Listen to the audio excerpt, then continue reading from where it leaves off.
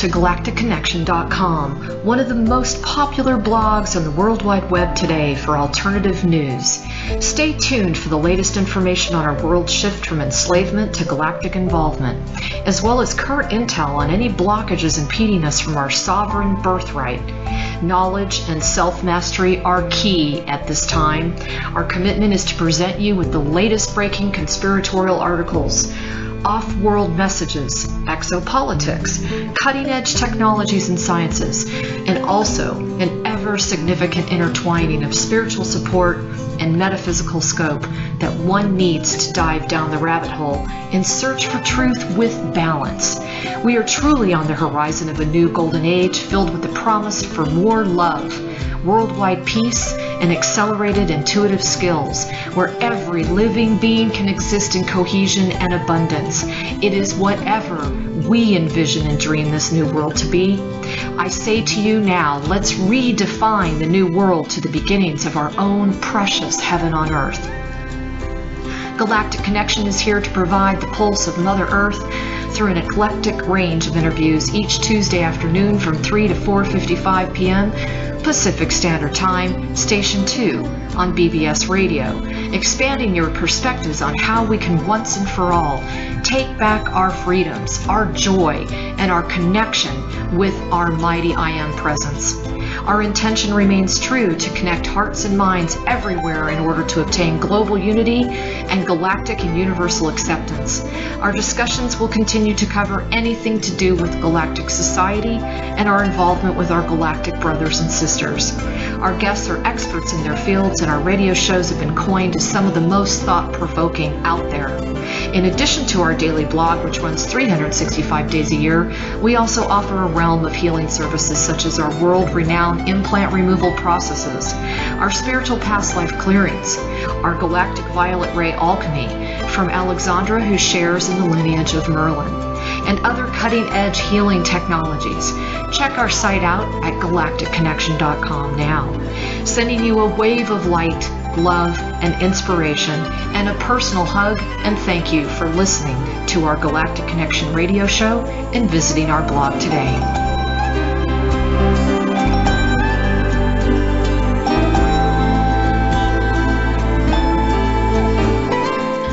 Good morning, everyone. This is Alexandra Menners of galacticconnection.com, and this is a pre-recorded interview for February 14th, Valentine's Day, 2017. And I have with me a very interesting guest. A lot of people know him, especially through his voice and, of course, his accents, which the Americans love.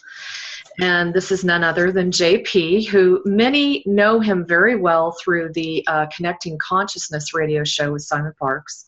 He's kind of really made a major name for himself through that, as well as some other phenomenal radio shows. And you can find him at EverBeyond.com. You can also find him at WolfSpiritRadio. EverBeyond Radio. Oh, EverBeyondRadio.com. Yeah, EverBeyond sells household items. I don't know why, but it's a strange name. So don't go to EverBeyond because you don't want household items. No. And he's also well known for the Andronicus Transmissions. He's been dabbling in that for quite some time and just talks a great deal about spirituality and galactic issues and timelines and where are we now going with the new beginnings of the new earth and that sort of thing. So I thought today we actually had some friends talk us into doing this. We were on a private chat, if you'll recall, and they said, oh my gosh, the two of you doing a radio show together would just be great. And so that was kind of what put the fire under my feet to contact him. Anyway, so thanks, Jaypee, for coming on. Good. Hello, how are you? I'm good. How about yourself? Well, I'm very good. It's been such a nightmare busy week in terms of people breaking down. Now, I don't know if you've been a fan of Cliff High over the years. Heard of him. The WebBot guy. Yeah.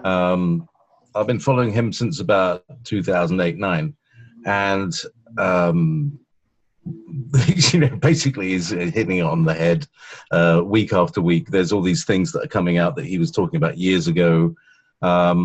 And it just seems to me this moment, this moment today, right now, the moon is just rising. We're on a full moon. This moon is conjunct with Uranus at 22 degrees Leo. And I know that because I've got, it's conjunct with my Uranus at 22 degrees Leo, but the full moon and the eclipse is at 22 degrees Leo. So if you've got anything in Leo, that's going to be activated. Anything in Aquarius, that's going to be activated. And of course, it's another kick into the Aquarian. I think it's really this moment that they call the moment of the crossing. Yes. And I always find myself doing this when I say that. And one of the reasons I say this is because, when we were young, back in days, an eclipse was something that would happen. Oh, hey, there's an eclipse last year, and there's an eclipse in 3 years' time. Oh, wow, isn't that exciting? And, we all go to Stonehenge and watch but these last 3 years, there's almost an eclipse every month. And now, today, this month, there's two eclipses. There's the lunar and the solar. And it's very, very close to being exactly flat with the solar system and the galactic and all of this stuff. So this is a moment when all of these clocks, what was it last week? We had all the planets were direct for the first time in God knows how many months. Yes. So there's all these actual, real, astronomical events that are going on that are showing, and there's all these plasma discharges, and then there was this thing that has been coming from the back of the Earth, from Cygnus, this gravitational wave, and then there's this other gravitational wave, and there's the sun, and so there's layers of pulsing that's going on different frequency bands, and these. Like, for instance, a star will send out a particular frequency band, a galaxy will be another frequency band, the universal being will have another frequency band, and it's like all the broadcasts, the transmissions from these different sensors are all converging on us now here at this time. So. That's the kind of space weather report. It's really happening. And the messages that I have gotten are that the choice has been made to send these waves. You know how you've heard like there's going to be 7 major waves of frequency that come and hit the planet. Well, this has actually been heightened and increased to weekly waves. And then on top of the weekly, we're going to get daily upgrades. And so this is quite a challenging time I'm glad you brought that up, because I've had several client calls this week where they're having major, shitstorms going on in their life. Total crises. People are freaking left, right, and center. And that's why I brought up Cliff High in the beginning, because it was something that he said was coming. It came under the classification of unknown energies from space. This is, he talked about this in 2010, 2011, really a long time ago, that he saw these things coming through the collective mind of humanity as they created their forums and talked about dahlias and gardening and things like that. Yeah. Well, you know what, too, JP? I feel that one of the messages that I would like to share with everyone is whatever you've been doing to try to resolve an issue or a blockage in your life, and it's still not working because you feel like you're in this loop, you're just kind of going back and forth. You're hitting your head up against a wall. You can't seem to break free of the issue that's bothering you. Nothing could be further from the truth that is going to keep, it's not going to work. That's the whole point. We have been upgraded. The energies are supporting you, and it's really time to step back and do something completely different in addressing the intensities that are coming up in your life. That's I'd agree that that it's time to make a new approach to an old situation. Yes. Because as you say, well, look, let's just dip into the greater perspective of the shifts of the ages. Okay, I've been studying this thing, the 7 rays, for many years, and I casually read people's rays and things like that, and that's my initial therapy is to give people their ray package, which gives them well, I can tell basically, but if you were to study it also, you'd be able to tell. It gives you the level of evolution. People talk about the ascension, the awakening. What does it actually mean in terms of chakras or chakras? Sorry, about pronunciation. In terms of chakras, in terms of what energies should be moving through your body. In terms of relationships and relating, in terms of your sense of safety, of beingness, your sense of clarity of mind, they are all levels of the stages of awakening. Yeah. And it's very scientific. It's really like, well, if you've got these rays going on in this emotional body or that mental body, then you're at this stage here. It's very clear. There's no ambiguity. So you might have people who may think they're super evolved and all of this stuff, but actually what they are, they've just read a whole bunch of books, but they've not actually grounded out the teachings, because it's an intellectual process.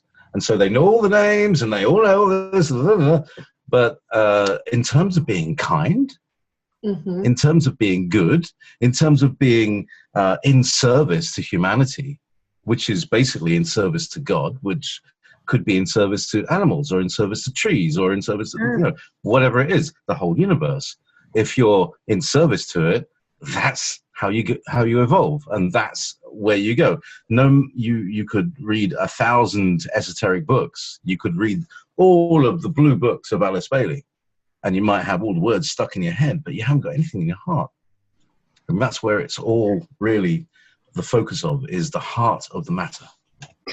Well, and the energies are not allowing you to stay there.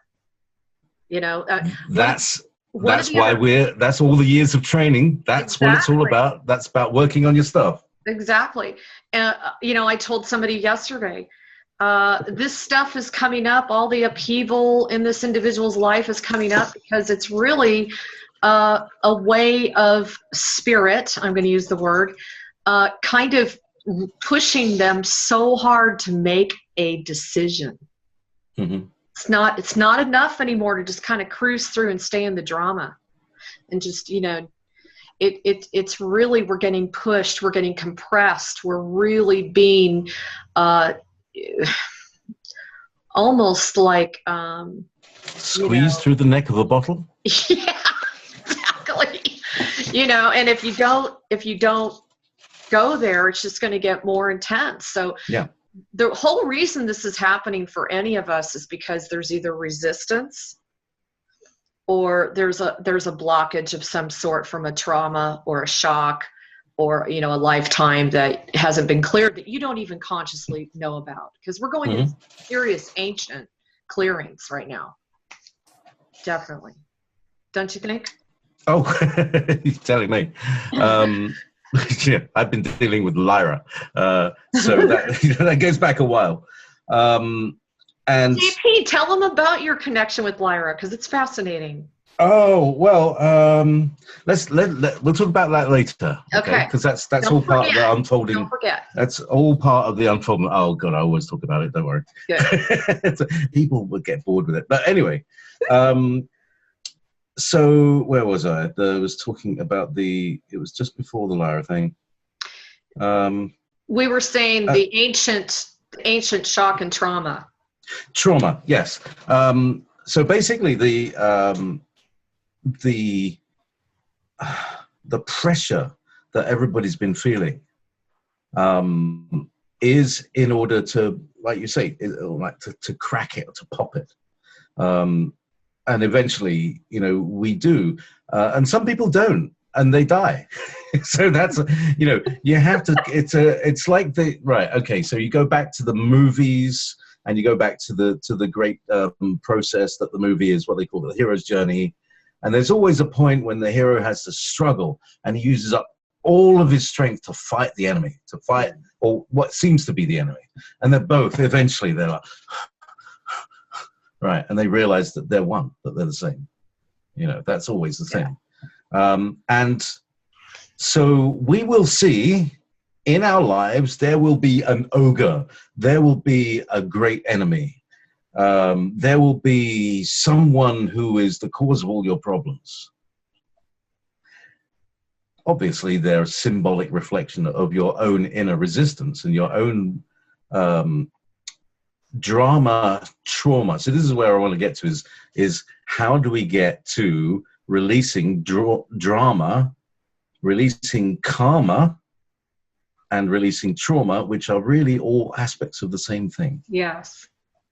Yeah. And they all go ma at the end. So what's it to do with mother? Not only that, but it's also causing us to really look at all the other aspects of ourselves, because they really are legitimately, some of them are walking around in the physical that are aspects of you. Some of them are in other dimensions and other timelines and other planets, other star systems, and they are legitimately walking around doing the same thing you're doing. We typically don't feel that or think that. We think that this is it, and then there's this other kind of oversoul of us that's fluffy and etheric, and but there's literally other physical manifestations of ourself in other areas. Okay? That's another thing that apparently a future version of me connected through a medium recently, and I've established a connection with it's not even the future incarnation, it's like this guy from several years ahead, right on, who has time traveled 1,000 years ahead and then come back and contacted me, and that's been a very, very interesting connection, because I thought, right, well, we'll set up a connection. What he said was, the more that I connect with him, that kind of pulls him into this scene and pulls us up to him.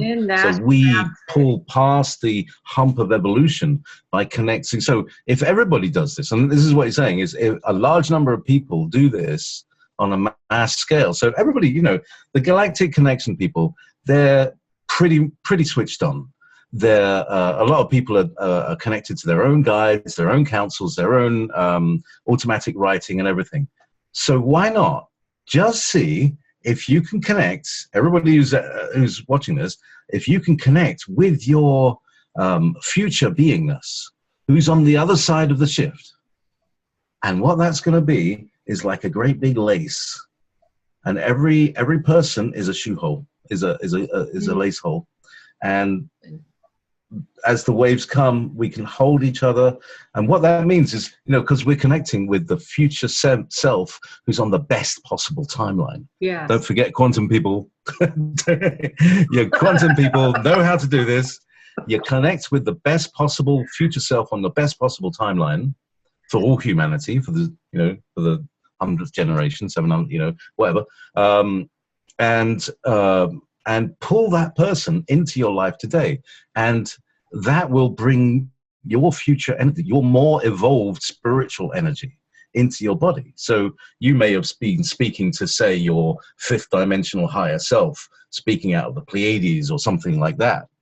But you've got a ninth dimensional self that you can draw in as your next level of higher self. So that then evolves you, and everybody evolves together. Yes. Does that make sense? Yeah, it does. And I what I would add to that is just don't restrict yourself. There's a couple things I wanted to say in response to that. Number one is, do not restrict yourself in thinking that there's just only one you in each dimension. And, there can be many of you. One in every town. Yeah, exactly. In all realms, in all dimensions, all planes, whatever we want that to be defined as, right? And then the other thing is that I've been wanting to say for a long time, and I keep forgetting every time I do the radio show, and that is, don't limit your ascension as just hitting the 5D mark. Oh, absolutely. Okay, because there's many of us further to go that are already moving beyond that 5th dimensional level if we so choose. So, well, you know, we're all evolving. So what that means is that our 5th dimensional selves are going to get a boost up as well. And they become that 7th dimensional, 9th dimensional self by pulling ourselves out of the 3rd dimension. And that's really the stickiest part. That's the stickiest evolutionary thing. And if we can pull ourselves out, then that does everybody else in our line, in our lineage, a favor, because we're the stickiest. And if we can evolve really strongly, definitely, clearly, and with strength in our hearts, then it's like that pushes everybody forward. And it's a very opportune time to do it, because we're at this kind of zero time clock, this midnight clock thing. It's amazing. We're at that. As I've been scolded in a way. I've been told that there is no such thing as a reset. This is a complete starting over. This is a brand new spanking prototype paradigm. I mean, this is brand new. Every time you hear we've never done this before, that is definitely true. The word that my guides are using at the moment is refreshment. Which is a really nice way of putting it. It's like, and I actually had to do that to my website today. I had to, reload it from a blank version of it.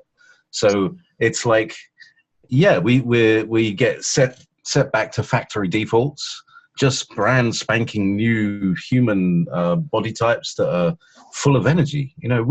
We're so depleted. It's amazing. They probably think, when they're looking down, they probably think, how they do it? They are just they're running on zero. They're running on, what do they call it? Running on fumes.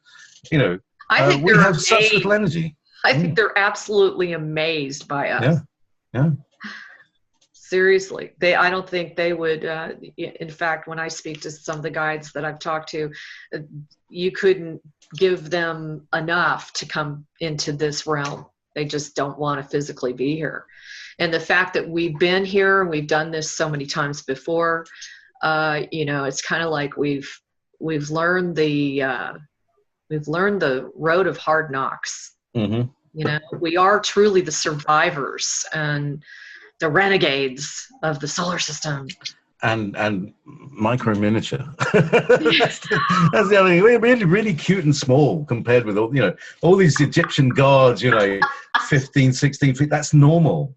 That's normal, and we're really cute and small. We can go into little places. It's like sending kids down the chimneys. Oh my God, that's funny. I'm gonna cry. Just thinking about that. We're dead cute. Well, I mean that's been a problem as well, being a little too cute for our own good. Well, that's all coming to an end now as well. So that should be fine. So Jaypee, tell us your perception of how to enhance people's activation of their Kundalini. Right. Okay. Kundalini. From the perspective of my tradition, Kundalini happens as a result of harmlessness and as a result of previous lives who have been using it and studying it. So through harmlessness. Now, what is harmlessness? You have an idea what harmlessness might mean? Well, I guess it would be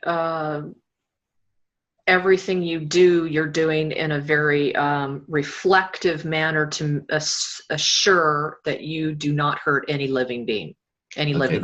That's one way of looking at it. Another way is don't cause any more karma. Stop making a mess. Okay, good. Yeah. So really, harmlessness is karmalessness. We're talking about ending karma. We are at the period of ending karma. Yes.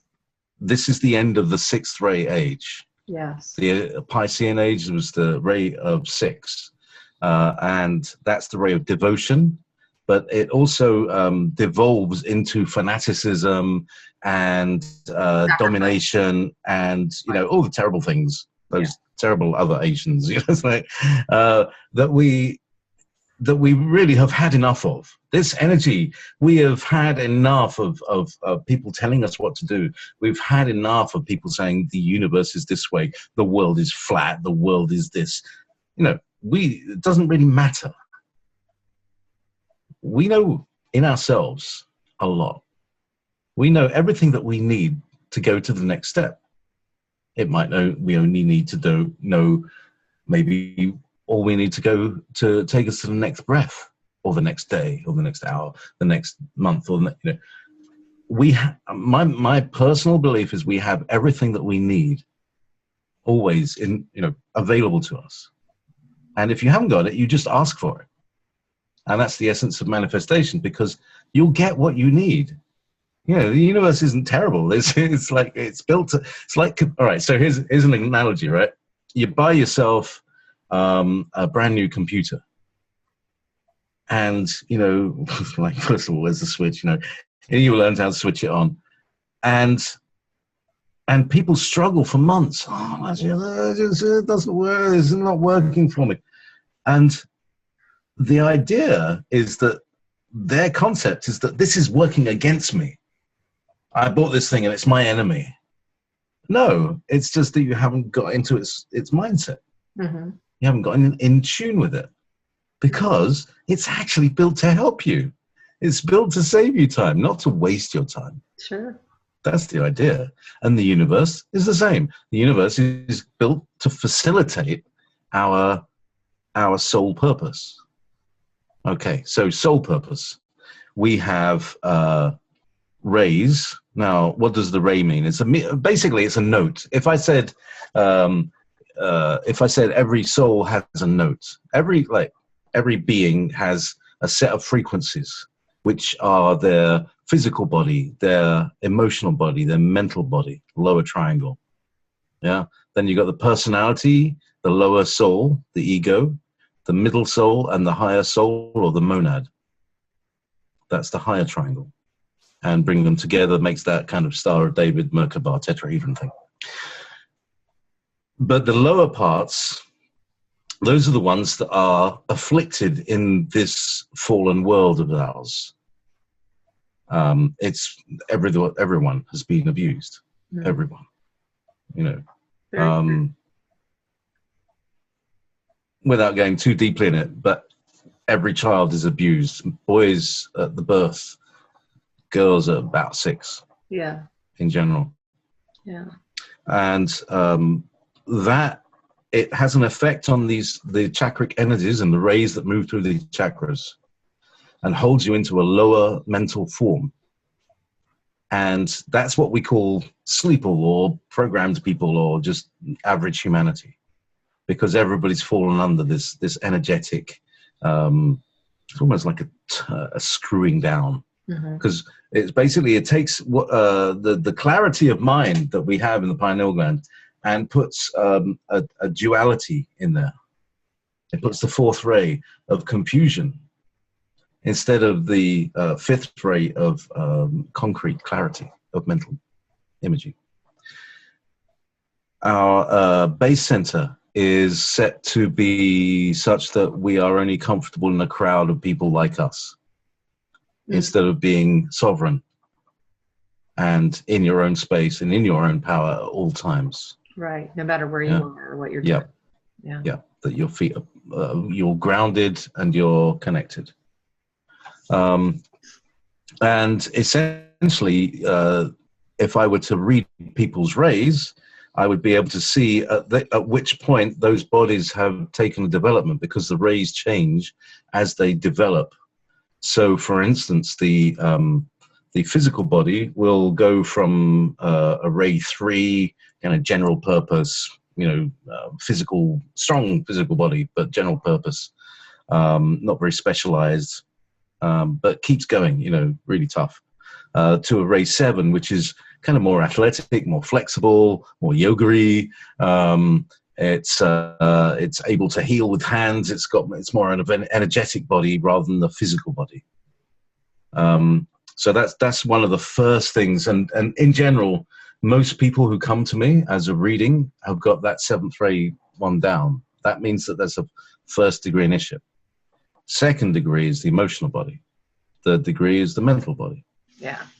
Okay. So the emotional body in average humanity goes from ray 6 of devotion and fanaticism to ray 2 of love, wisdom. Okay. So in any astral situation, the choice is whether to be dogmatic or whether you can be loving, whether you can be compassionate. You see? That's the choice. And, you know, everybody knows the difference when you're receiving it. You know what I mean? So that's the emotional body. And that's the big one with humanity. You know, most people have got like this 6th ray emotional body. It also connects you in with all these contracts and agreements that you have. Absolutely.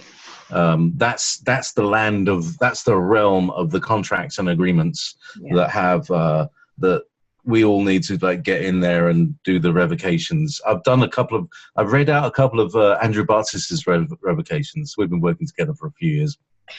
And it's not just enough to approach it just with this body. You have to rein in all of the aspects of your being. Yeah. So this is the emotional body. Yeah. And the emotional body, that's the thing that's all over the place. Yes. Yeah. It's all over the place. And it's stuck in the soup of the astral plane, which has been, it's like somebody's got a whisk. Just go, and everybody's going, I hate you. Oh, I hate you. Why do I hate you? I don't know. You're just different. You know, you know, we're in a state of confusion. Okay. So then let's go to the mental body, right? So this is the next one. We go from ray 5, right. So a ray 5 mental body is the literal mind. And you come across them every so often, you know, and it's like, oh, bless, come on. But they're the people that don't quite get the metaphor. You know, they don't get they're literal minded, they're concrete minded. They're very good at researching, at doing very concrete things. They're very good at being engineers. You'll find these people in your car spares, auto spares shop. You know, they'll know the serial numbers of every single part, but you know, ask them how to be pleasant. You know, and they've got a bit of a challenge, right? Because it's not just how to be present. Yeah. You know. Yeah. Well, there is that sort of slightly, you know, Aspergery element to this, but when you get to the evolution of that mental body, that the evolution of the mental body goes from ray 5 of concrete to ray 3 of active intelligence, which is abstract, and it understands things like metaphor. It understands subtle in jokes. It understands the significance of synchronicity.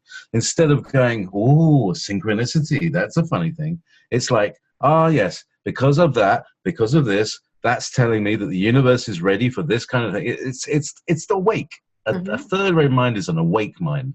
Yes. And so what you end up with, if you followed all that, you end up with 327, which is the initiate's physical vehicle. It's a vehicle that the soul can use to effect upon this planet. It's got a fully awake mind that gets stuff.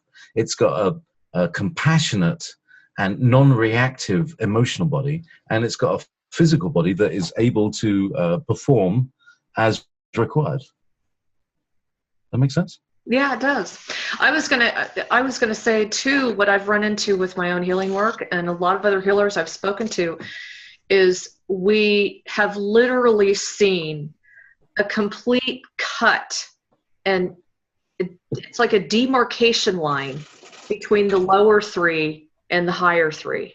To the point where for a very long time there just literally was such a disconnect between your heart and your lower 3 chakras. You know, this is one of the reasons that people were not able to get messages or feel like they had a guide of some sort, which in many cases is yourself, and like what he's saying, a future timeline. Yeah. In many cases. So it continues, you see, because, all right, so we got that lower triangle, and that's the physical. Yeah. But there is a kind of, you could say it's like a management software, a management soul that manages the physical body. And that's what we call the personality. Mm-hmm. And when it's in a place where it's getting a bit of praise, people are starting to like it, it develops into what we call the ego. And it stands in front of the soul. So it's like, oh, look at how great a healer I am. Look what a great healer I am. Look how I'm the one that does this. I mean, even in personal relationships, it's like, I'm the one who does all the, you get that. That's ego, because we're all the one. We're all expressions of the one. Yes, very good. Nobody's going to get there any faster than anybody else. As far as I can see, that hockey stick is about evolution. And all the people that we think, oh, how are all the people going to evolve? Well, perhaps actually they may be more evolved than we are and don't take that long to get from a state of non-evolution to a state of evolution. Has anyone ever thought of that? That's a good point. Or they just choose to go a different way than the rest of us are going. Yeah, well, they want to go the hard, they want to take the fast track, and they evolve, they wake up and evolve in the matter of 3 or 4 days. Just as whatever's going to happen is going to happen. Anyway, meanwhile, back at the personality. The personality is the thing that stands in front of the soul. Okay? Yes. And, right, so your soul designs this body. And as it's dipped into reality, and it grows into reality, it grows up with all this stuff that it's absorbed from the environment, like our parents and all of these things. And in order to get to that inner core, that soul thing, the purpose that we have to kind of peel away all of the layers that were kind of, it's like we arrive on Earth and then a great big lorry dumps a whole bunch of stuff on us. Let's call it soil. And and we have to, love it, with our hands, paddle out of this soil until we get to the top of the heap. And then we can, plant it and do all the things with the soil that you do with it. But basically, we all have, we're all piled on with this soil, and that's what karma is. Okay, so we work through our karma through these lives. Karma, you could say, is the rent that you pay on having a physical body. Mm-hmm. It's the work that you have to do to maintain this body in this planet. So if it's got karmic, there are debts and responsibilities to people, places, and things, then you may find that you start off with a student loan when you're 16, and like until you're 54, you're paying it off. That's what I mean by karma. Right. Things like that happen because of karma, and the karma happens because of agreements that we've made in the past with witches, warlocks, and negative entities. So we have to... And our ancestry. Yeah. That too. Our families, yes. Our families, sell the family to the devil or something like that. Yeah. 3-5 generations and we'll ago. Carry that on through our DNA. Yeah. And so here we are. And we've got these replications we can do. We've got invocations that we can bring in the energy of our soul into our body.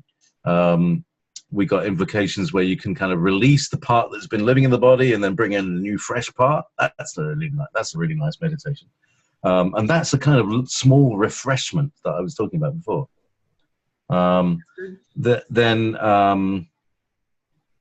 But really, we need to clear away all of the personality stuff. Now, what happens is that soil hardens into what we call the ego.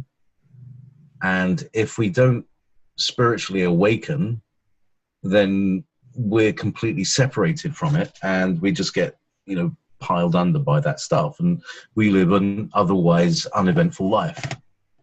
But those of us who have decided to do something about things or be here,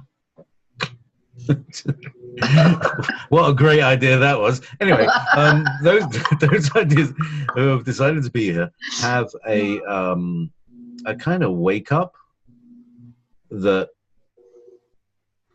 most people who have had a first degree initiation in past lives, no matter, and it takes a lot of lifetimes to get there. It's not an easy thing, because the first degree initiation is the ability to step away from your home life, to travel, to move out, to begin your journey. Mm-hmm. That's the first degree, and basically, if people have had a near-death experience in this lifetime, it's very likely that they were spiritual students, and that's the beginning of the path. Good. That's very interesting. Right. So interesting. And so what happens is that during this death rebirth process, mm-hmm. you go through this first initiation, which is about the body. So your body goes through death and rebirth.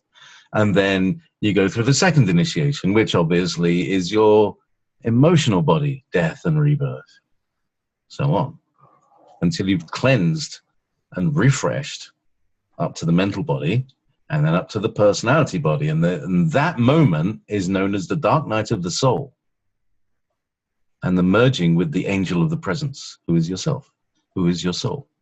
That's beautiful.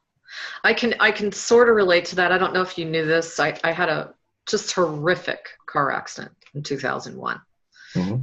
And I was in bed for basically 3 years. And I found it was a very intense spiritual journey. On the one hand, it was very exciting because I was getting messages like I had never gotten before. And on the other hand, I was finding that reality of, wow, there's a lot more to me than what I've thought. And those barriers were being broken down on a spiritual aspect solely, because my physical was very wounded.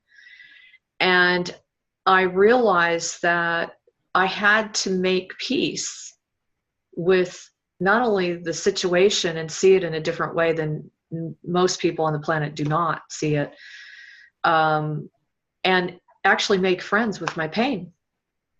Literally talk to my pain, talk to my body, the location where the pain was going. I mean, there's not a whole lot you can do when you're just in bed and you can't even move. So you end up getting very creative.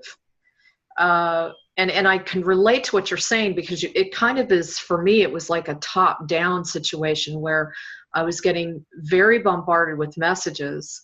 Then my mental body was going into the whole, is this real thing? Then my emotional body was saying, why did this happen? What did I do to bring this about? Was this necessary? Am I going through this initiation for a reason? I hope there's a purpose behind all this, And then the physical body screaming. And, which the whole experience brought me into this very cool seeking of healing, mm-hmm. trying to find the ultimate breakthrough so I could be free of this pain. But in reality, what I also realized was this was so multidimensional for me. So many other lifetimes, and also other star systems were involved in that experience. Yeah. So basically, it cracks you open. That's what happens.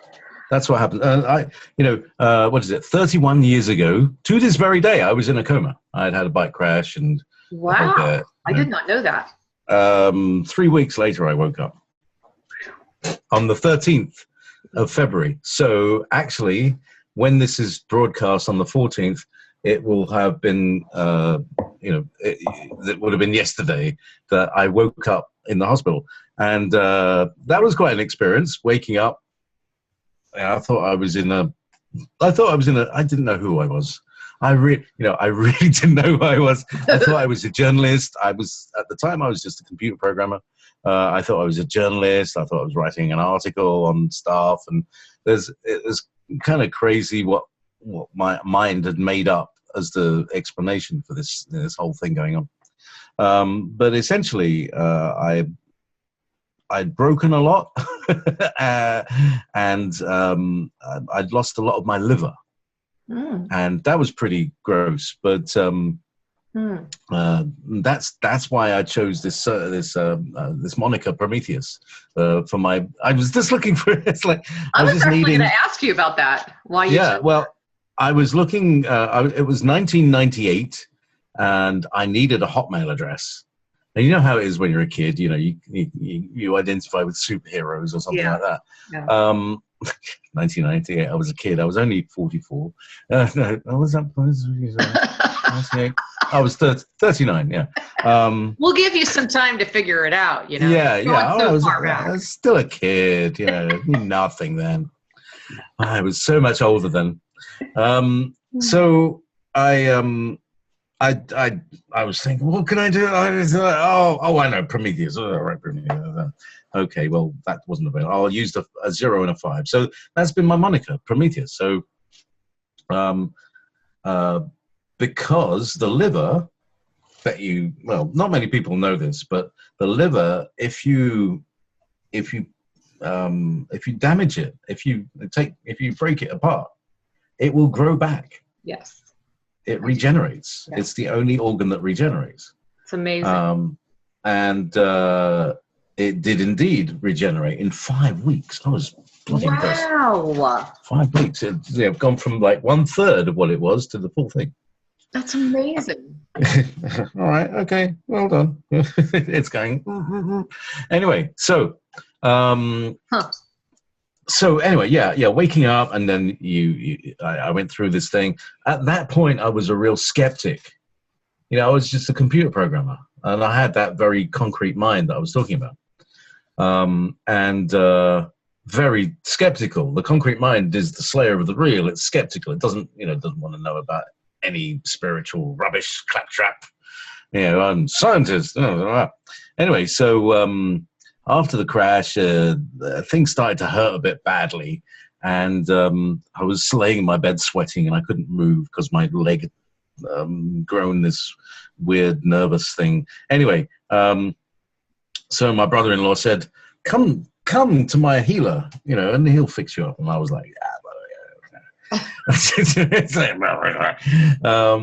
but he schlepped me over there, and within 30 seconds of stepping into his house, my body, which was tense and racked with pain, just relaxed. Oh, that's weird. I thought to myself. And then the guy, he just kind of like brushed me down, and invited me to lift up my leg, which was the pain that I was having. And I was looking at it and saying, "This is impossible. This is real. This guy's hypnotized me, and I'm really feeling the pain, but I can't feel it because he's hypnotized me." I just had no explanation for why there was no more pain there. And this is something no doctor could have fixed at all. It was really deep inside my body where nerves had tangled with tendons. It was nasty. I bet. And in 30 seconds, it was gone, and it's never come back. And the weird thing is that the lady, who's the wife of this guy, because he couldn't really talk. He was well on his way to death. She was saying, he's halfway in this world and in the other world.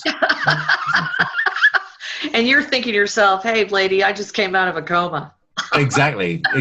And anyway, so she's like, I'm a seer, and I can see you can do this.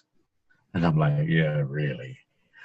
So I'd gone from like in pain skeptic to like suddenly I was a healer and I'd been healed. So that took a long time to come into a more grounded reality.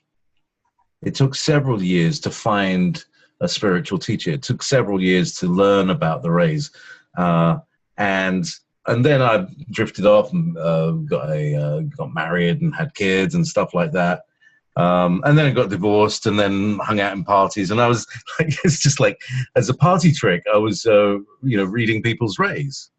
So it was just like nailing. And so it was my practice. Alcohol.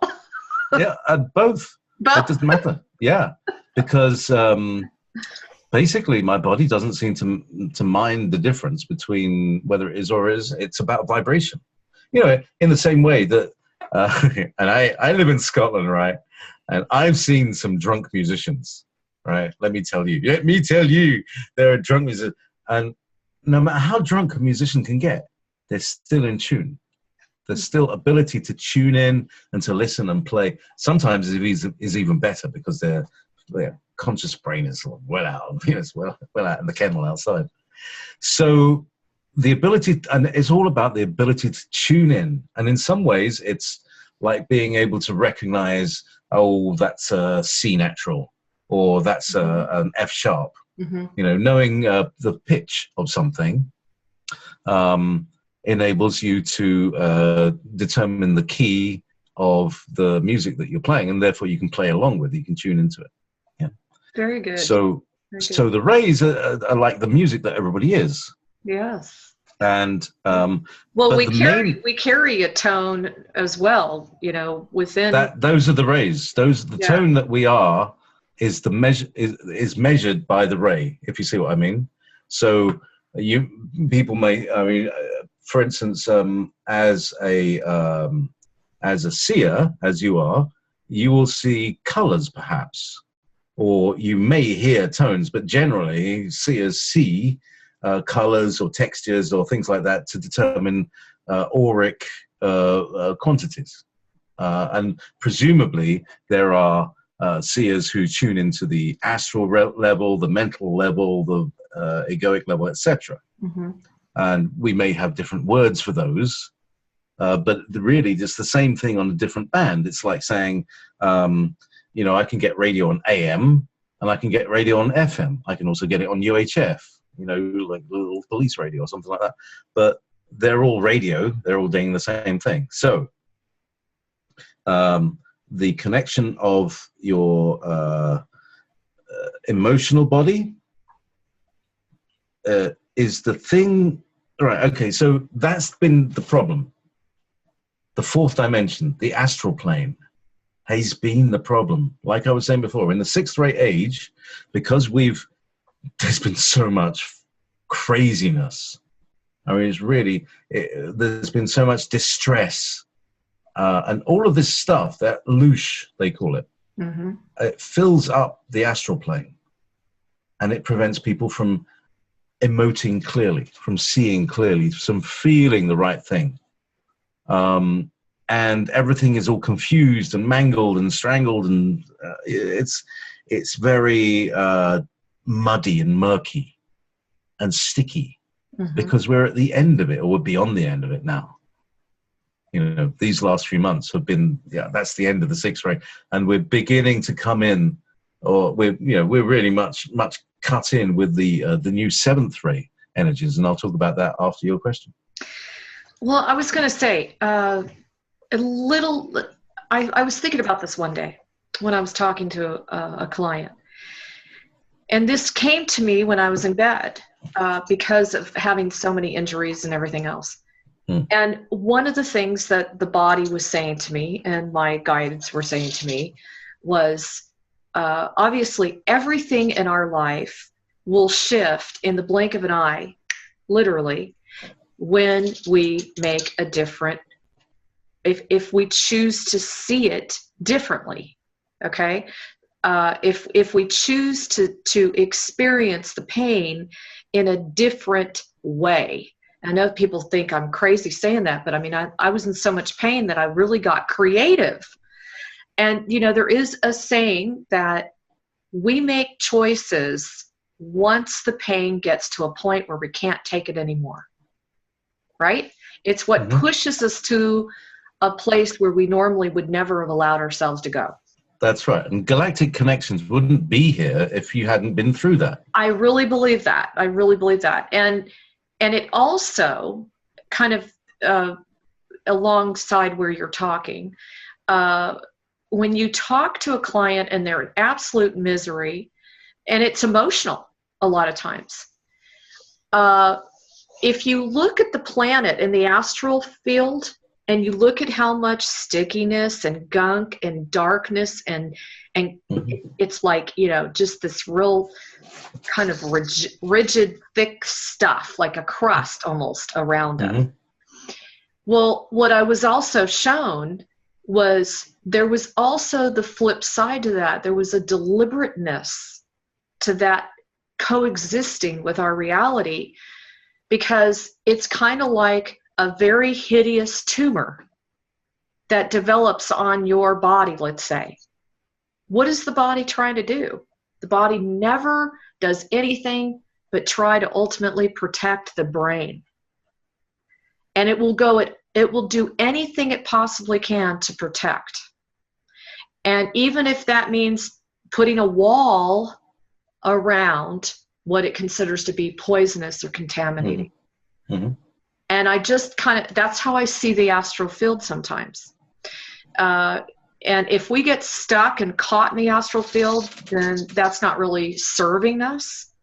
Do you know what I mean? And it will create us into almost, first of all, it will enhance the fear, and it will create a rigidity. And we are in all aspects. If you pull out and you look down at the planet, in all aspects, we're just getting our butts kicked to become adults, to grow up and depend on ourselves. Yeah. Well, I just wanted to we've had a difficult time doing that because we've been abused and dominated and bullied and beaten and crushed and ground and powdered and flaked, and it's amazing that we still have some sense of sovereignty. It does. Once again. So anyway, but here we are now. In all these communications, what we're seeing that's happening now is that the cabal is being lifted off. They're being, slowly arrested and all this stuff. And we're now in a position to be able to truly manifest our soul essence into the planet and to do the work that we came here to do. Yeah. And a lot of people are thinking, why has it taken so long? Well, it's a tricky operation because, it's like trying to release hostages from like 120 million different embassies, everybody's, every house is an embassy that has been hijacked, So there's so much work that had to be done very carefully, and you're probably aware of multiple benevolence races that are just waiting. So they're waiting for this moment. Yes. This is the moment when they can all step in and do their thing, and the plan, it's all been worked out, and it's taken so long because it's a very delicate operation. Very true. And very integrated, meaning, this pocket over here doing this work, they're definitely going to affect this pocket over here. Yeah. Whatever we're all doing, we're greatly enhancing or affecting each other's work right now. Definitely. Because that's the way it was planned at this time. That we would start, it reminds me of when you look at that really, really old map, they use it for the flat earth theories, where it shows that, here's the earth, but outside of that, there's actually other land masses. Have you ever seen that map? Pretty cool. I think it's Chinese, really old. And it kind of reminds me of that, where, all the land masses broke up. And they went on and they did their thing. It's very similar. Now they're starting to gravitate back to one landmass. I think ultimately the Earth might see that happen with Atlantis, Sri Lanka, Lemuria. Do you want to hear my weird theories about the Earth? Yeah, love it. Okay, weird theories about the Earth. Number one, it started off small, cracked open, and has been growing like a mushroom ever since. A mushroom has a cowl on it. Mm-hmm. And that cowl is harder material than stuff underneath it. Mm-hmm. So it will crack and tear and leave little dots on the surface, like the famous fly agaric mushroom. But those white dots were the remains of the original cowl on top of the mushroom. The planet's surface is analogous, and the undersurface, which is like below the continental shelf, the darker blue stuff on Google Earth, that's where the plates have been separating, and new lava has been coming up and hardening as the planet has been expanding. Yes. And if you look at Google Earth and you spin it around, you'll see, that's exactly what it's talking about. And you can see the seams where all the new growth has happened, mainly in the Pacific. So Pangaea is really the original globe that we were on. That is about half the size of the planet that we're on, about the size of Mercury, I think. And that has been growing. And I believe that planets and stars and galaxies and solar systems and everything grows. So what do you think makes a planet and star grow? Inside the planet is it's a small part of the star, mm-hmm. which is bringing in material from its higher dimensions, because stars do that. They're a transformer. They're not a fusion bomb. They're a transformer. It's an electrical situation. And so there's a plasma ball in the center of our planet that is bringing in new material from other dimensions and depositing it outside. And that makes it brings energy and causes greater expansion of the planet. So how do you see Agartha? Talk to me a little bit about how you see the Agartha situation, because my only experience of Agartha is in talking to this fellow called Zora. Mm-hmm. But in my communications with my guides, they said that my people are down in the Hollow Earth at the moment, whatever that means, and that when the Hollow Earth is finally opened up for visits, I'll be invited down there. So I'll do a report. I'll bring me a recorder. That'd be cool. If it'll work in the fifth dimension, we'll see.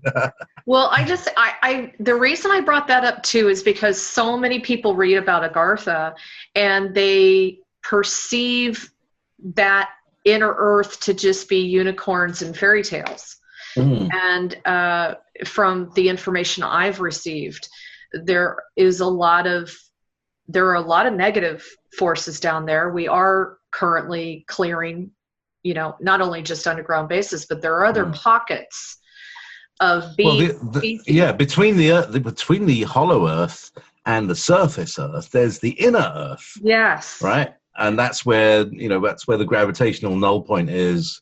Because there's a point, and gravity isn't what we think it is. Gravity is not the mass of the lump that we're standing on. Gravity is to do with the again, it's like the light that comes out of a star. Also, we have gravity that comes out of black holes, and they push us down onto the planet. It's like a vacuum kind of thing, opposite. Kind of more like a bug on a windscreen. You're driving along, and the bug is held onto the windscreen, and you see it crawling along the side. That's what gravity does to us. And for some reason, this planet has a gravitational anomaly, which has prevented other people in the past, and perhaps many, many starseeds, actually leaving the planet. And there was an operation by the Pleiadians many, many years ago to destroy a reptilian base that was on one of the planets of the solar system. And that didn't quite go as planned. I'm sure you've heard of this situation. And there was a shield that was placed on the planet then as well. So there's a lot that holds everybody down on this planet. And again, that's why we're so small. And not only that, but it's a toxic atmosphere. If you were to come in elsewhere, you'd be very ill. But it's very dense and toxic. It's like, China's like we're like the China of the galaxy, and then and that's why we're all so stunted. That's why we're only like 5-6 feet tall. Well, it's also we're supposed to be when you go to a ship, what's the first thing they do? What's the first thing? You have to be decontaminated. You have to be cleansed. Oh, right, yeah. Oh, yeah. They can't even handle your smell, from what I hear. This is the thing that's coming the last couple of days. It's been a subject of conversation. How smelly humans are. It's been on the, we've been talking about it on the air. Well, my God, look at what we live in. Exactly. I mean, there isn't one aspect of our lives that hasn't been contaminated. Absolutely. It's amazing. It's just like what you said. The human spirit is unbelievable that we've made it this far. But I look at how cool for those of us that are really looking at our future and as you said, talking to your future self. And how cool is it going to be for us to be traveling around all over the place and telling the story?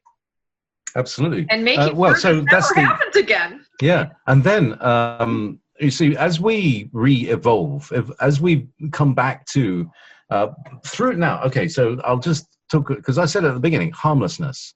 It's all about harmlessness. And basically, we've been caught through our karmic entanglements. Those chakras have been nailed down. So by redoing our karma, by releasing our karma, and by the way, if somebody breaks up with you and owes you money, wave goodbye. That's your karma. That's, thank them, because they've just helped you deal with a whole load of your karma. Anything like that. If you lose money from people, and oddly enough, it's often, I won't say always, it's often a number like 500 or 40. Certain numbers of pounds have, like, that's a karmic number. Sometimes it's a fiver. Sometimes you'll lend somebody a fiver, and it'll be you'll never see them again. And it's like, oh wow, I got rid of that awful person for a while. They were awful because that's the karma that you had with them. Yeah. And that made you feel uncomfortable. Yeah. So and you're just finishing up the exchange from some other life that you. Yeah. Tidy everything up. So by behaving in a harmless manner, we stop creating more karma. We also help to neutralize the karma that we have. And that, once we get past the sort of 0 point of that, we're then into what we call dharma, which is the soul expression onto this planet that it was put here for in the first bloody place. So that's it. How awesome is that going to be? So how do you see, I don't know if you remember the days of Tori Smith doing DNA charts. I don't know if you ever had the benefit of getting one of your DNA readouts. It was Simon read my DNA. He said I've got over the 2 years I had like 11 strands and then 12 strands. So apparently I've got 13 strands activated right now. Well, I wasn't talking so much about that. Whatever that means. I don't know what it means. So I'm just the same as I ever was, but my manifestation is brilliant. I get, so here's an example. I wake up in the morning and I think, so I do a few meditations and thanks and everything. Gratitude is really good. And I think to myself, it'd be really nice to have somebody cook me a dinner tonight. And a few hours later, somebody said, "Oh, do you need anything? I'm gonna have a dinner tonight. Can I bring you some of the extra food that we got?" And it happens every time I ask for it. I have been the same. And again, once you're peeling away all that stuff, you're going to be able to really generate that you really want. You're going to start. Yeah. And this is the reality we're going into. This is why we're going to be taught how to not think, so that we don't start creating a bunch of miscreations. Okay, so let's go on to that, all right? Because this then connects in with the neutralization of trauma. Good. And this, all right. So a message I got from my guides 10 or so years ago. I was living in a trailer. You know, I was really poor. I'd been divorced. I had nothing, you know. And, I was just talking to, doing this automatic writing and like not believing it. I just thought I was making it up. But anyway, eventually they said that I would be quite well known as a writer, a broadcaster, and a composer. And I was like, you're kidding. Yeah, right, boss. So, but it turns out that I'm a broadcaster. So here we are. I haven't written anything per se, but I do compose music, and you never know, things might turn out.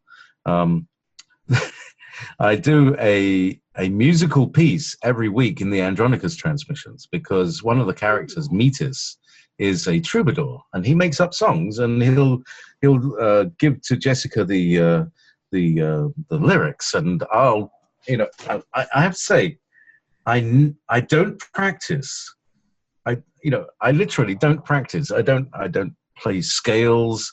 That guitar sits on the wall week after week, and I bring it down on a Thursday and I play it. That's the amount of practice I get. Wow. I don't read the thing beforehand. So I don't read it because basically Jessica, she'll download them. She'll be having these conversations with these beings in like 10 minutes to the show start. It's that spontaneous. So she'll be writing this stuff out, and which is basically kind of taking dictation or having a conversation, writing it down, and then I'll read it out. And Metis will write down, she'll write in the song, and then I'll make up a song, I'll make up a tune, I'll make up a rhythm, and just express that spontaneously. And wow. If I did it twice, it'd probably be a different song. What a gift. It's good fun. It's good fun. That's No, awesome. but here's the thing. I used to run a jam session. And that's why my YouTube channel is called Studio 9 Jam, just to explain to everybody why, because these things are anomalous. Why is he called this? Why is he called Prometheus? Why is he called... Yeah. Anyway, I had a studio in a old country estate in Scotland, and it was part of a, what's it called, a stable. And it was where they had, washed all the saddles and stuff like that, so they hang up the tack.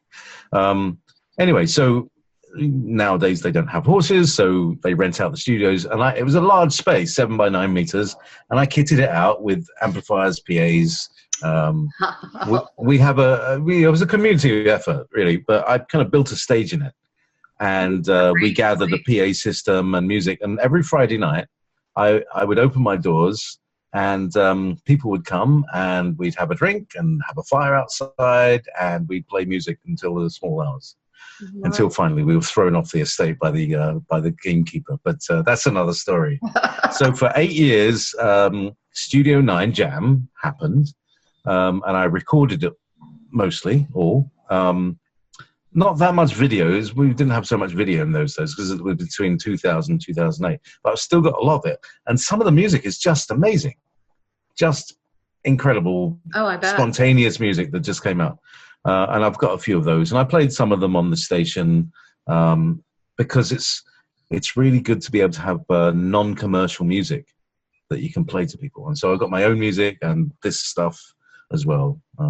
Very cool. Are you selling any CDs or anything? I don't sell anything. No? I'm just curious. No, just give it away. I mean, I've got a load of SoundCloud sites that people can come to. Awesome. I had a band in the 1990s called The Mystery School, and that's on SoundCloud. You can get that. Okay. Yeah, of course. Even then, I didn't even know what it was about. Some of my friends said, "Hey, wait, we went to what about tarot cards?" And I was like, "Oh, well, you need to go to a mystery school." That's the name of the band. All right, okay. The Mystery School. It was that fast. Hey, yeah. Jaypee, you didn't answer me. You didn't answer me. Well, I was avoiding your question. No. I wanted to ask you. Seriously, this is a good question. So Tori Smith put this DNA record together. It was just very unique. And it showed your travels through all the galaxies and, whatever. And it showed which star system you visited. And it literally gave you a travel schedule of where you went. So you started out here and then you went here. Do you have an idea of where you've been and what you're most affiliated with or your strongest memories are with? Well, it's very funny you should say that, because the other day, this future self of mine told me exactly that. And if I can find the place in my database. Oh, that's interesting.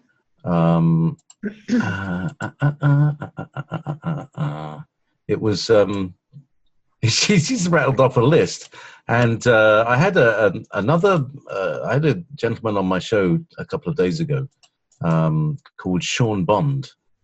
And he was just incredible. He was just rattling a whole load of stuff up. And he came out with this list of places that my soul has been to, and pretty much matched with the one that I'm just about to find. Right. Hang on. But you have a real strong alliance with the Lyrans, because I know you and I. Oh yeah. About that. Oh yeah. So let's talk about the Lyran thing. Is that towards the end of the middle of the summer, a series of events and circumstances brought me to a place of deep emotion, which, instead of walking around in self-pity, I kind of faced this thing, and I said, what is this? And I kind of I felt like a river of tears. It was very, very deep and very, very painful. And I didn't know what it was about. What is all this about? And it was like, the whole thing is I've lost something that when was this? Was precious. This is last summer. This July. Okay. Actually, it was the week that Max Spears died. Oh. Strangely enough. Yeah. So I went back on this river of tears. I took a boat on the river of tears and went back, and I discovered that there was like a memory that I'd forgotten, if you like. And that was it was the memory of, it was the feelings. It wasn't actually memories, but it was like a sequence of feelings. And these feelings were one on top of the other, that they were piled on something. And I realized what it was. And I went all the way down, and I realized that the one thing that all of humanity has in common is this same sense of grief. And the grief is, people call it the separation from source. Right? It's not. It's the separation from our brothers and sisters on Lyra. All humans came from Lyra. And there's been an enormous dispersion since then, the diaspora. And we've kind of all forgotten the Lyran days because it was too painful to remember. And that's where I went through. I went through that pain. Wow. And I discovered that certain feelings that I had weren't from this life, but they were from this ancient life. And I realized that I was connected with a group who had been invaded. Our things that were precious to us had been taken, and we decided to do something about that. And we were as a race gone mad. And that was the Lyrans, and that group that I was aligned with, that's the Pleiadians. We decided that we become badder than them, as bad as them and worse. And we decided to show them what blowing up a planet's all about. Yeah. And so there was this enormous rage that I've uncovered that is like the secret rage of the Pleiadians. And it's time to forgive this. It's time to let it all go. Yeah. But it was a very heartbreaking thing to go through again. I bet. But it kind of made the heart reconnect as well. So on my YouTube channel on Studio 9 Jam, I've got a show that I did where I kind of encapsulated that journey in about half an hour at the beginning of the show. It's called The Lyran Trauma. And you can listen to it. Awesome. You've heard it. And it kind of lists out that. I will make sure we put that link up on the video. Sure. Cool. So send it to me again, just in case, JP. So. Yeah, no problem. And so what happened is that through combining the inner child work that I've been working with, and kind of I used a similar technique for recovering the inner child and for reconnecting to the previous to damage inner child. Before you can bring someone back to before the trauma and reconnect them, because basically the trauma causes them to disconnect. So you reconnect.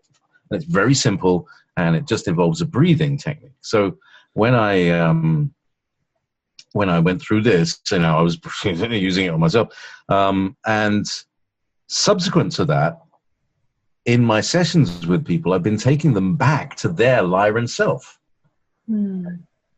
which, as we were talking about before, this is a 7th, 8th, 9th, 10th dimensional. And so it really is their higher evolved self that they can then infuse into their body in their daily life.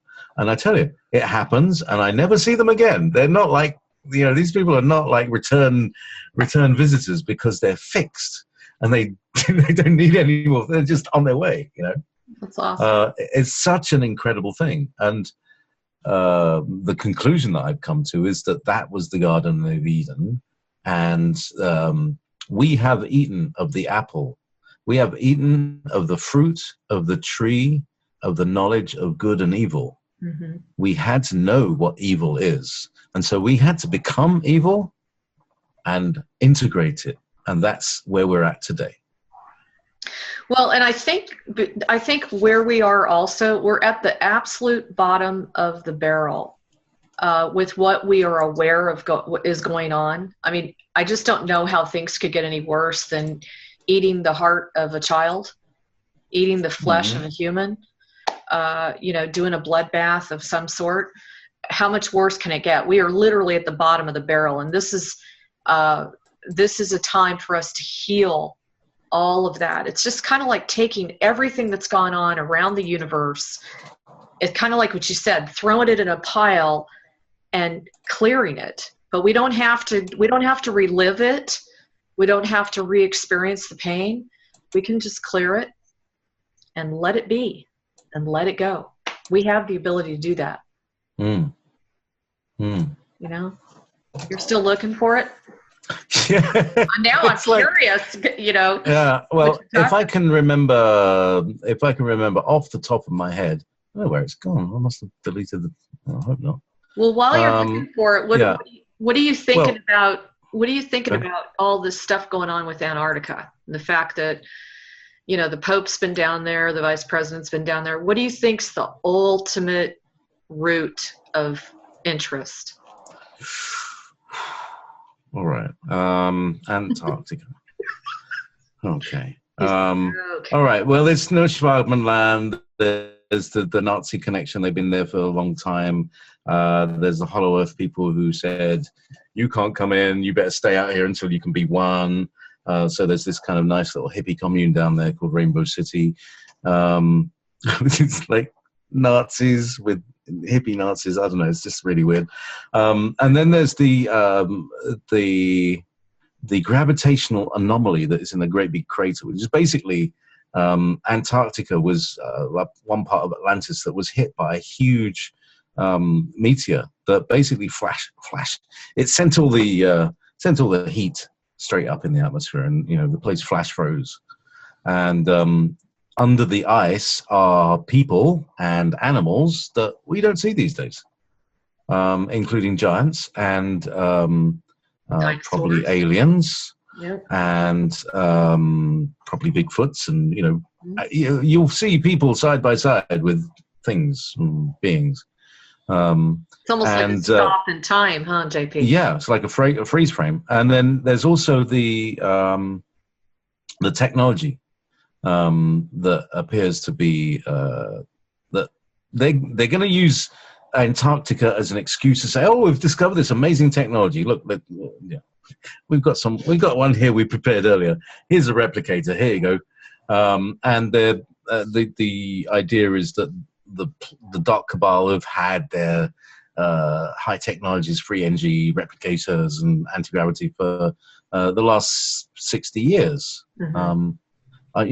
It's it's like people roll their eyes. One of my favorite subjects and topics is time traveling Nazis. It's like, what's the worst thing to happen? Is like Nazis with time travel. Yeah. Well, they've got it.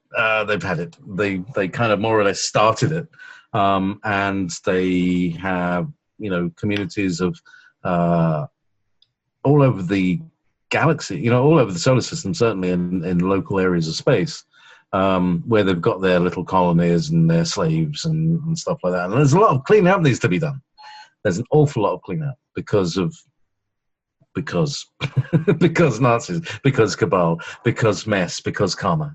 So we're doing it in our own personal lives. We're going to do it as a global, and we're going to do it as a solar. It just goes on as above, so below. Have you heard that the North Pole is actually the ultimate exit point versus the South, for ascension and that kind of thing? Have you heard anything about that? The magnetic flow of the planet goes from south to north. Mm-hmm. Barthes also said that new souls come in the south. So if new souls come in the south, old souls must come out the top. So maybe, possibly that fits. I don't know though. I'm just talking completely from the. No, and I think you nailed it, because I really feel like there's so much emphasis being placed on Antarctica. God, I can't speak. And as an alternative blogger, of news, we really need to take a look at why all of a sudden they're putting attention on something. And it's usually far beyond what they're presenting. And I really do believe that this is the beginning of the release of what Trump has alluded to, releasing all of these so-called new technologies, or he calls them ancient technologies or something. Yeah, well, they are, yeah. And it's like, humanity is like somebody who, like, I don't know, let me see.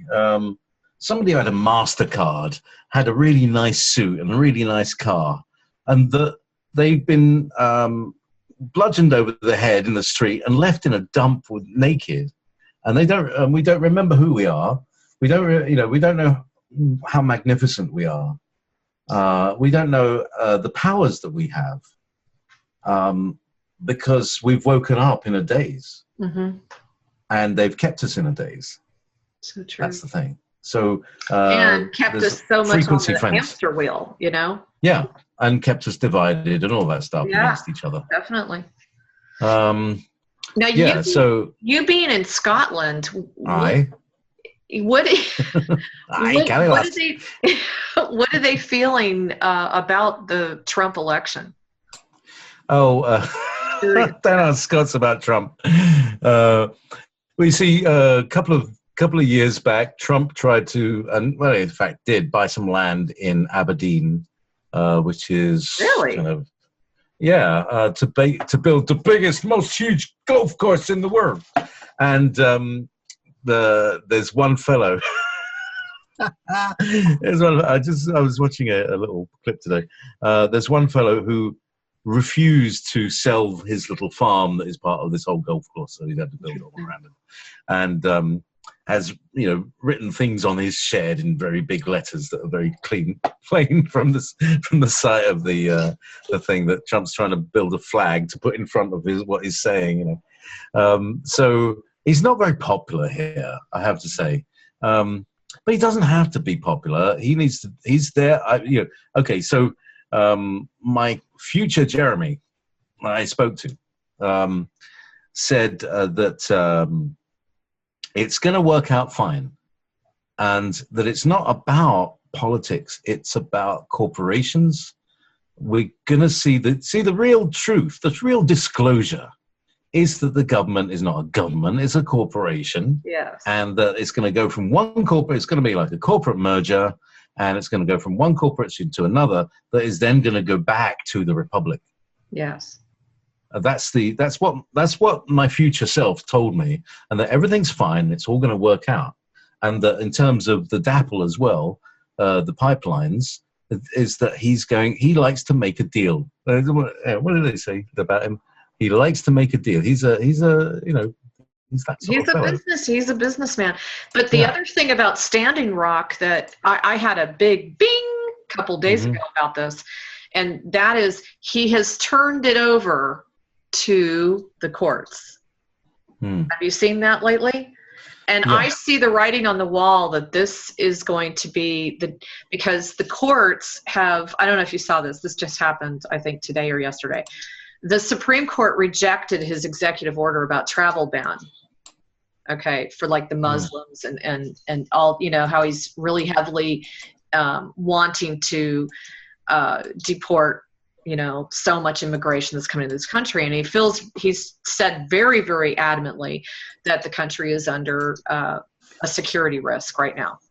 And so I find it very interesting that there is definitely an element of preparing the public for, he's passing it on to the courts and the laws and all the stuff.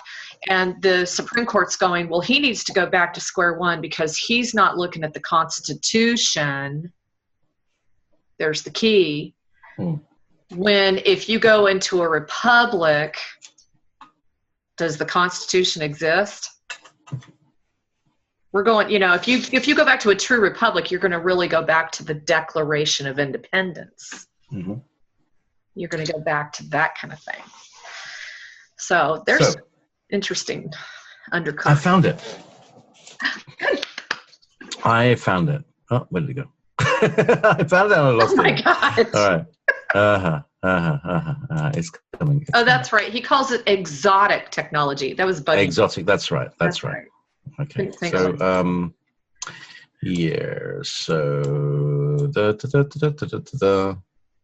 So, oh God.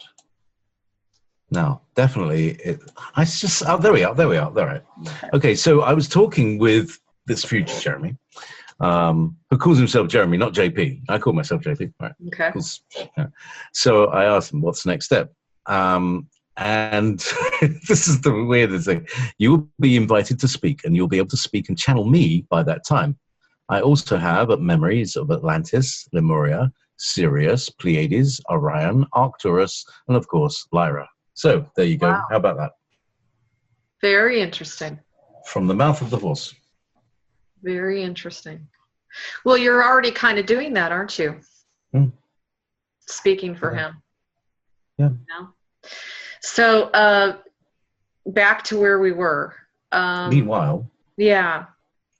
What do you feel is the number one thing that the enlightened community, not the mass consciousness of the planet, but what do you feel is like the number one thing that the enlightened community is dealing with at this point that we need to address? Like it's just kind of like hitting us right in the face. Vulnerability is the word that comes to mind. We have to be aware that we can't shield ourselves. We have to allow the energies to come in. Because like we were saying at the beginning, we resist. And there comes a point when you can't resist anymore, when the hero is struggling and they're back down to the fist fight. and this is what we're doing in ourselves and what's happening in our world. And it's got to contact us. Right. So we have to be vulnerable to the world. We can't protect ourselves. If you're going to serve, you have to allow whatever happens to happen. You have to allow the universe to present the things that need serving to you, so that you can serve them. And so you can go in the street. You might have friends who come around, or you might have people who call you. They're all places where people need healing. Now, here's the thing. People might think, oh, so-and-so is attacking me. I'm getting psychic attack from all these people. Why not regard it as training? Why not regard it as these people are so unable to express their deep need for healing that all they can do is apparently attack you, but they're actually touching your trigger points and they're helping you heal so that you can heal them. Very good way to see it. I agree with you. It does strengthen you, because when you're under the experience of psychic attack, which I think we've all been, and depending on what area you crawl into, right? Okay. And that could even be when you go to sleep at night. We need to be more aware of where we're going when we go to sleep at night. I mean, you can do something as simple as talk to your higher self and say, listen, I don't want to go into the underworld, because I know if I go into the underworld, it's going to kick my butt. I'm going to wake up. I'm going to be psychically attacked. I'm going to feel like crap today. Right. Mm-hmm. You can do something as simple as that. I find simplicity is far more the game today.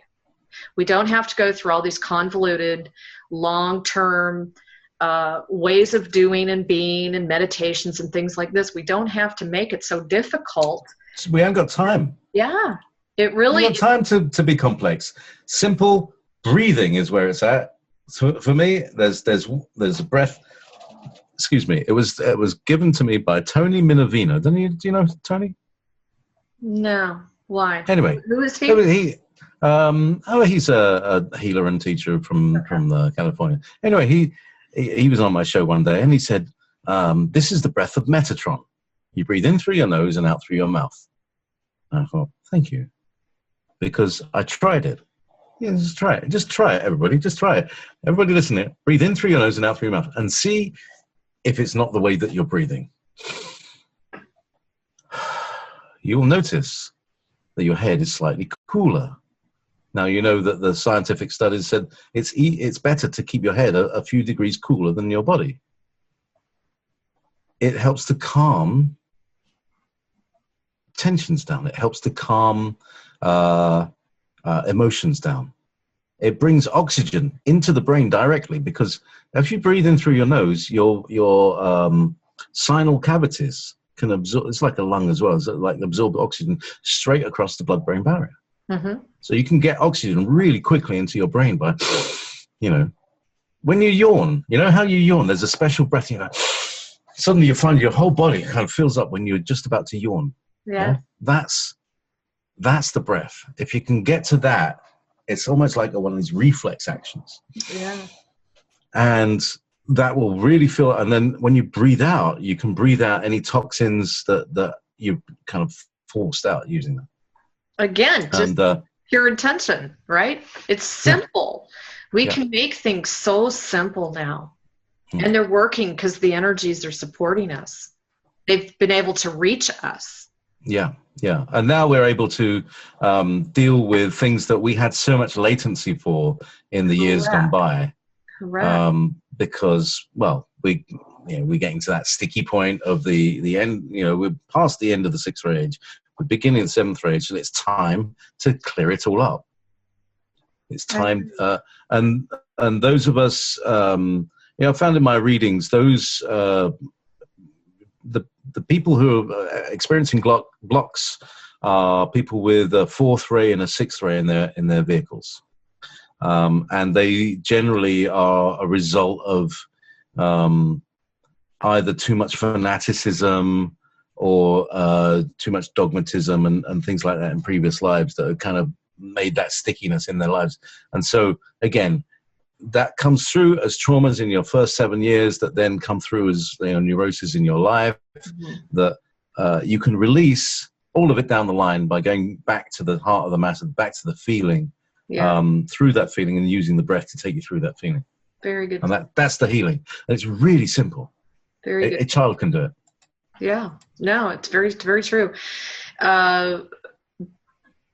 Another question I've always wanted to ask somebody, you here today, and that is, how do you see the so-called ascension endgame? How do you see it unfolding? Because everybody's going to have a different view of that. It's never happened before, as you said. So that's my safe answer. I don't know.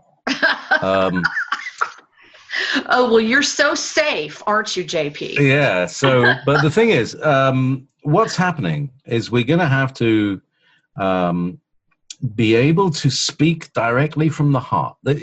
All right. So, post ascension, what is what does humanity look like post ascension? Anybody who survived this will have that sensitivity, that vulnerability, because we've been through the mill, a lot of healing is going to be necessary. Yeah, and we're also going to there's going to be a lot of people who have been through trauma, and we're going to need to en masse, or at least in with a large number of people en masse, help people through these traumas and bring them back and reunite them with their selves. And we're also going to be receiving people from those, like I said, those Nazi colonies who didn't think that there was an Earth left, who are going to be brought back onto the planet. And we're going to have to reintegrate those people. We're going to have to reintegrate the secret space program people who thought that we were all just a bunch of barbarians. And that, we've all been divided, and yet we're all one. We're going to find out very, very soon how much we're all one.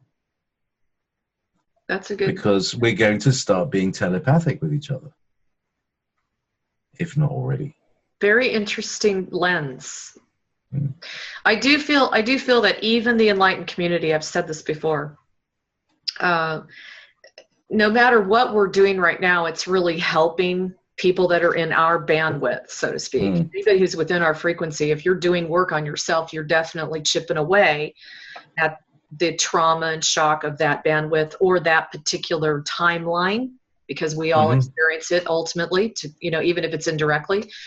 But also, even let's just say post that so-called occurrence that we all are talking about right now, even those that are the most enlightened, we're still going to have to we're going to need to be healed.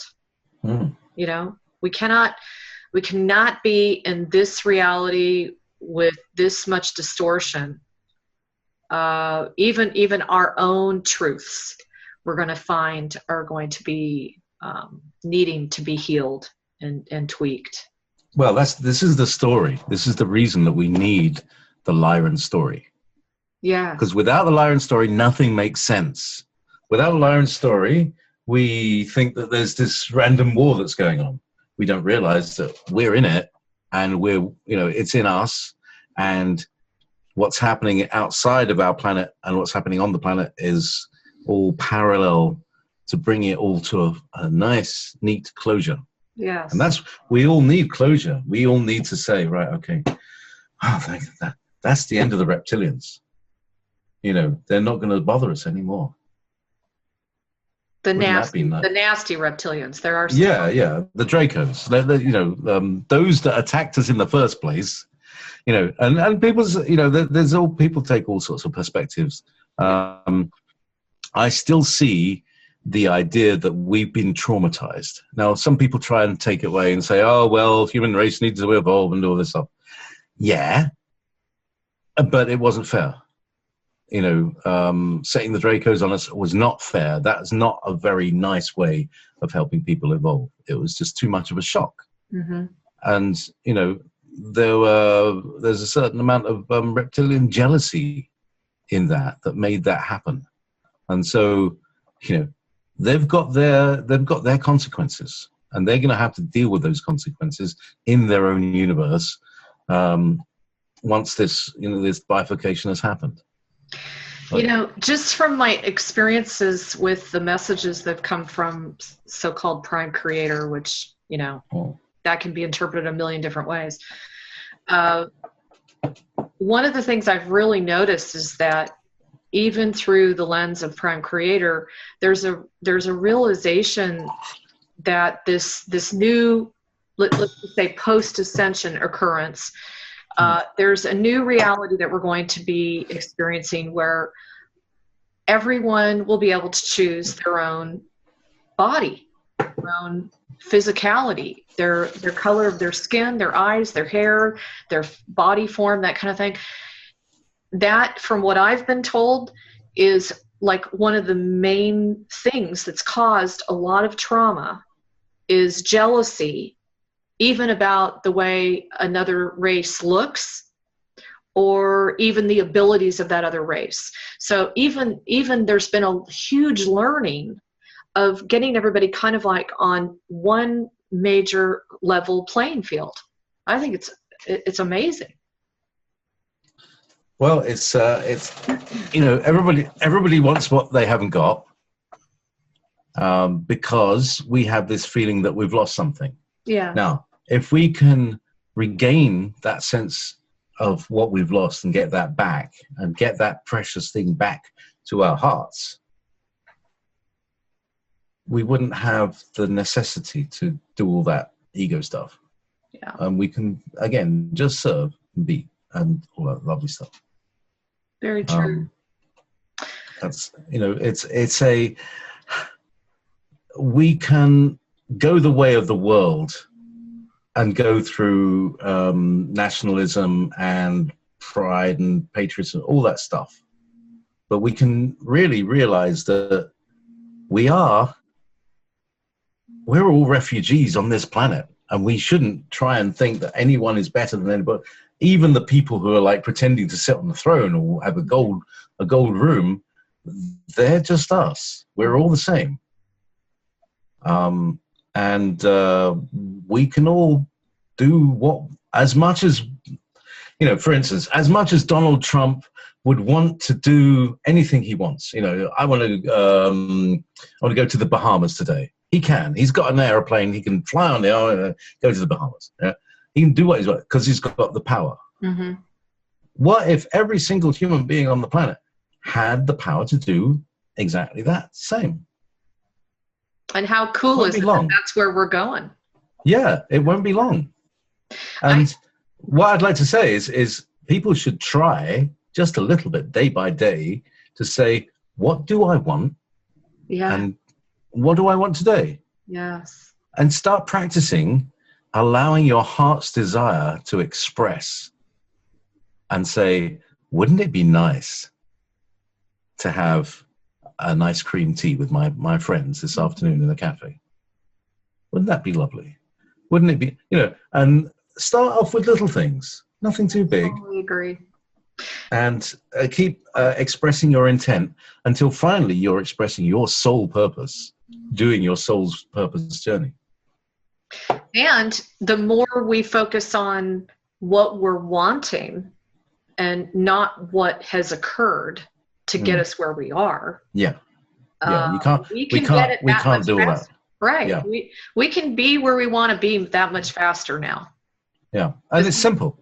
It's simple. Very simple. So not to get complicated with anything. It's really simple. I think that's the coolest part, JP, of where we are. You talk about this, and where we are at this crossroad, if you want to call it that, is we're going into much easier, flowing, simple, connecting energies. Mm-hmm. And as long as we recognize that many of us are still running on that old program, that we think it has to be really complicated and, oh God, it's going to be difficult or whatever, when we really realize that we just have to start all over And it's just that quick. It's a choice. Just making a different choice, right? Yep. So, well, we've been talking for nearly 2 hours now. Yeah. I was just going to ask you if there's anything else that you want to tie this up with. Well, let's just my guides have their own website. It's called crownbasetransmissions.com. Cool. Okay, Crown Base Transmissions, Crown Center, Base Center. I asked them, what do I call it? Give me a nice snappy name, and they didn't give me a name. I just felt. Okay. Oh, Crown Base. I see. That's a message from my crown to my base. Yeah, all right, I get you. CrownBaseTransmissions.com. And I spent a week trying to find a better name, and nothing came. Because they'll say to me, it's all good. I'll say, what's the name of this? And they'll say something, and I said, you got anything better? I said, well, why don't you try and find one? And I never can. Cool. I've invented a little machine. Again, according to their description, it's a device. Does it work? No, battery's flat battery. Anyway, and what does that do? It pulses a frequency through either a laser or a pair of glasses that flash LEDs onto your eyes. Okay. It's called sound light therapy kind of thing. It's now, oh God, Pickinger figures. Basically, when you're driving on a train or you're riding on a train, you're going through a forest and the sun is low, the light flickers on your eyes. And if you have your eyes closed, you'll go into a dreamlike state. And you see colors. When you put you rub your eyes, and you get those nice patterns, yeah? Okay. Same thing happens when you flash lights onto the outside of your eyelids. You close your eyes and then you flash lights onto them. Anyway, so it does that. It's got a variable frequency thing. And it's also got various other sort of heads. For instance, it's got this one is a laser head that allows you to not only does it do the hallucination thing, but it can also send a frequency. I've been studying sound frequency healing through Shari Edwards for the last 20 years as well. Great. She's great. Yeah. I met her 21 years ago in 95, and I was totally inspired by her. True pioneer in that field. True pioneer. Yeah, beautiful lady. Anyway, so using using them with success? Well, using them. I don't. Right? You see. I have 1,000. I've got too many things to do, and I have very little time. Right? Wow. So I've invented this machine. I've invented this machine. At that time, I called it a dream box. Right. This is the dream box. Yeah. But basically, it's got, you plug the things in there, and that's the frequency and that's the brightness. It was. I learned microelectronics a couple of years ago, how to build Arduino devices, and this is an Arduino device. It's got it's got its USB port, and you can recharge it and all sorts of stuff. But the idea is that you can program it with the frequency that a person's signature sound is. Okay. And then you can apply that directly into the body using the pulsed light. Yes, I've done that. I've done that in other therapies. It's extremely beneficial. And in fact, you can apply frequency therapy without any sounds by flashing it as light straight into the bloodstream. That was one of the very first things I ever did, JP. Well, there you go.